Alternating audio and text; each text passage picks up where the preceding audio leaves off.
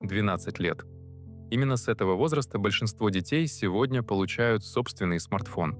И именно с этого возраста алгоритм начинает формировать их личность. Раньше, чем они сами понимают, кем хотят стать. Подожди. Это не про экранное время и не про вред социальных сетей. Это про кое-что гораздо более конкретное. Есть момент в психологии развития, который называется формированием идентичности. Это один из самых критических периодов в жизни человека. И именно в этот момент, впервые в истории человечества, главным зеркалом для подростка становится не семья, не школа, не сверстники, а алгоритм. Сегодня мы разбираем, что именно это означает. И есть один факт в конце этого ролика, который меняет то, как ты смотришь не только на детей, но и на себя. Среднестатистический подросток проводит в социальных сетях больше 8 часов в день. Это больше, чем в школе, больше, чем с родителями, больше, чем во сне в некоторых случаях. 8 часов каждый день, когда мозг еще только формируется. Психологи МГПП завершили обзор 13 лет исследований. Вывод был сформулирован прямо. Социальные сети стали полноценной средой формирования личности подростков и конкурируют с влиянием семьи и школы.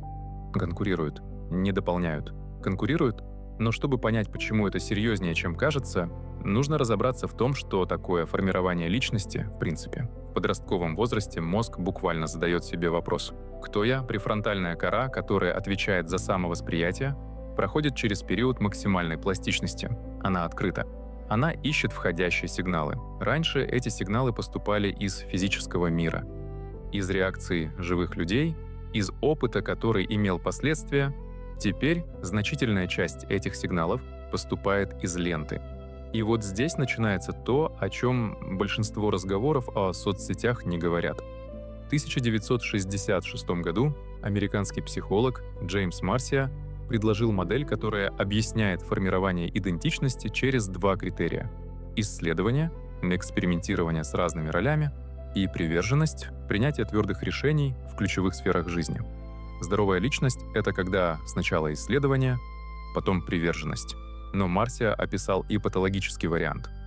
Он назвал его foreclosure, буквально «закрытие». Это когда приверженность происходит без исследования. Когда ответы даются до того, как были заданы вопросы. Когда личность принимает готовую форму не потому, что выбрала ее, а потому, что другой формы не было предложено. Исторически это происходило в очень закрытых системах. В семьях, где все решалось за ребенка. В изолированных общинах. Теперь, подожди. Что делает алгоритм? Он показывает подростку контент, исходя из первых же реакций, еще до того, как личность сформировалась. Система принимает слабый сигнал, первые лайки, первые паузы, и начинает строить образ.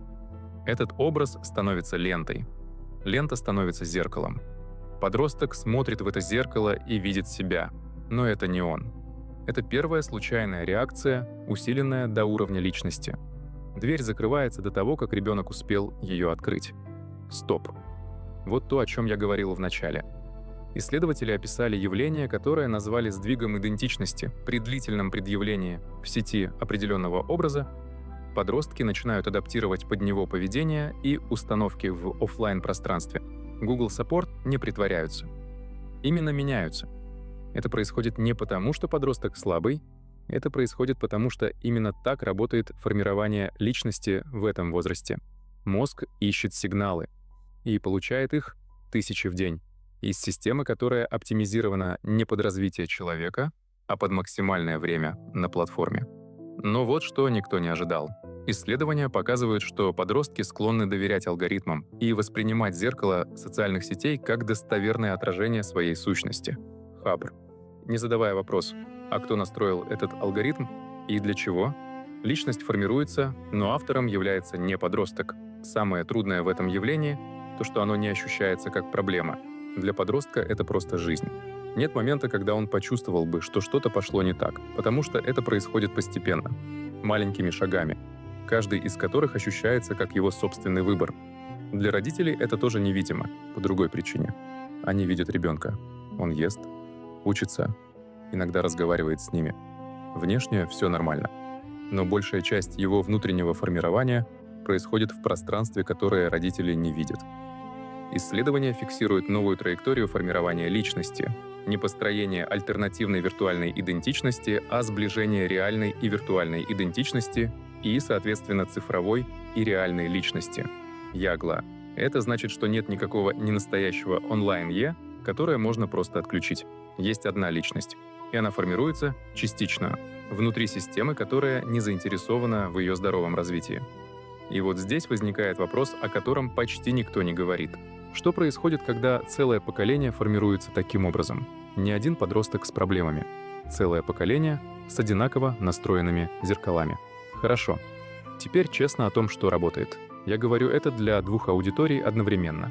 Для тех, у кого есть дети. И для тех, кто смотрит этот ролик и думает, я тоже прошел через этот период с алгоритмом. Начну с детей. Первое. Оффлайн опыт с последствиями. Не меньше телефона. Конкретно. Опыт, в котором есть реальная обратная связь от реального мира. Спорт, где есть результат. Инструмент, где есть звук. Разговор, где есть реакция живого человека. Специалисты МГПП-У указывают, именно такой опыт помогает укреплять устойчивую идентичность и снижать уязвимость к давлению цифровой среды. Не запреты. Конкурирующий опыт. Второе. Вопросы вместо ответов.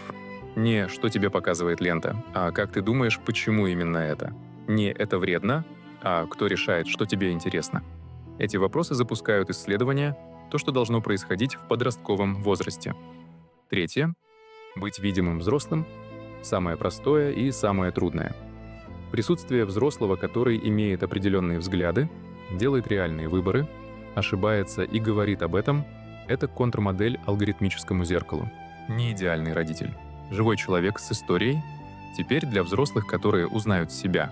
Если ты формировался с алгоритмом, это не приговор, личность не заканчивает формироваться в 18 лет. Но это требует намеренного исследования, намеренных вопросов к собственным убеждениям, намеренного выхода за пределы того, что предлагает система. Ты остаешься автором себя в любом возрасте. Итак, 12 лет. Смартфон, алгоритм.